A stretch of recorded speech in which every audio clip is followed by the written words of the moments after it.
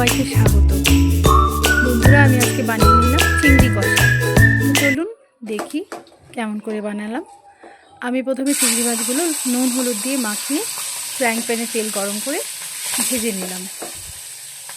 বেশি ভাজা যাবে না, কিন্তু 1 মিনিট করে দুপাশে ভেজে নিতে হবে। ভালো করে ভাজা হয়ে গেছে। এবার আমি চিংড়ি মাছগুলোকে একটা পাত্রে নামিয়ে রাখলাম।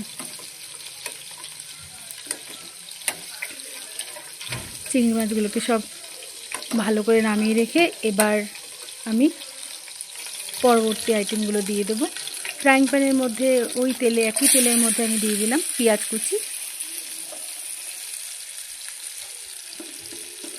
কুচিগুলো দিয়ে ভালো করে লাল করে ভেজে নিতে হবে।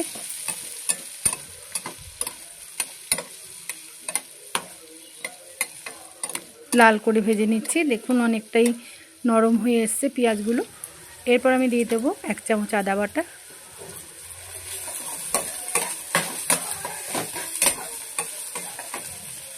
1 চামচ রসুন বাটা। ভালো করে মশলাগুলো নেড়েচেড়ে দিতে হবে। দেখুন কতটা নরম হয়ে এসছে। চিংড়ি মাছের মশলা একটু ভালো করে কষিয়ে নিতে হয়। তারপর দিয়ে দিলাম আমি টমেটো কুচিটা দিয়ে ভালো করে নাড়াচাড়া করে নিতে হবে। পেঁয়াজ আর টমেটো একদম নরম হয়ে এলে তারপর আমি পরবর্তী মশলাগুলো দিয়ে দেব। এরপর দিয়ে দিলাম এখানে নুন, স্বাদ মতো দেবেন আপনারা।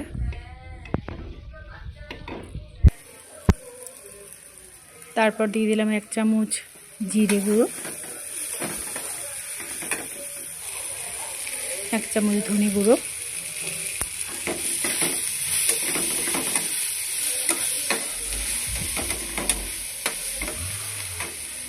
ভালোভাবে নাড়াচাড়া করে মশলাটা মাখিয়ে নিতে হবে। এরপর দিয়ে দিলাম আমি 1 চামচ হলুদ গুঁড়ো, 1 চামচ লঙ্কা গুঁড়ো,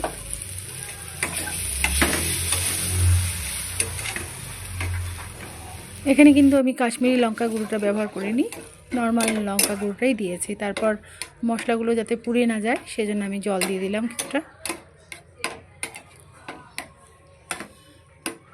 চিংড়ি মাছটা দিয়ে কারণ বেশি কষানো যাবে না, তাই আগে থেকেই মশলাটা ভালো করে কষিয়ে নিতে হবে। এরপর আমি ঢাকা দিয়ে দিলাম। একবার আমি ঢাকা খুলে দেখেও নিয়েছিলাম বন্ধুরা, দেখলাম মশলাটা অনেকটাই কষে এসছে। এরপর আমি চিংড়ি মাছগুলো সব দিয়ে দিলাম। এখানে আমার 500 মতো চিংড়ি মাছ ছিল। মশলার সাথে ভালো করে মাখিয়ে নিতে হবে চিংড়ি মাছটা। দেখুন মশলাটার থেকে তেল ছেড়ে দিয়েছে।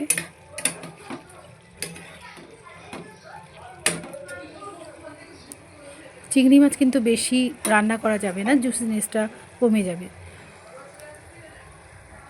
তাই একটু অল্প কিছুক্ষণ করেই নামিয়ে নিতে হবে। এরপর আমি একটা জিনিস দিয়েছি, এখানে 10-12টা কাজু পেস্ট করে আমি সেই পেস্টটা এখানে দিয়ে দিয়েছি। এতে থিকনেসটা বেড়ে যাবে আর স্বাদও দ্বিগুণ বেড়ে যাবে।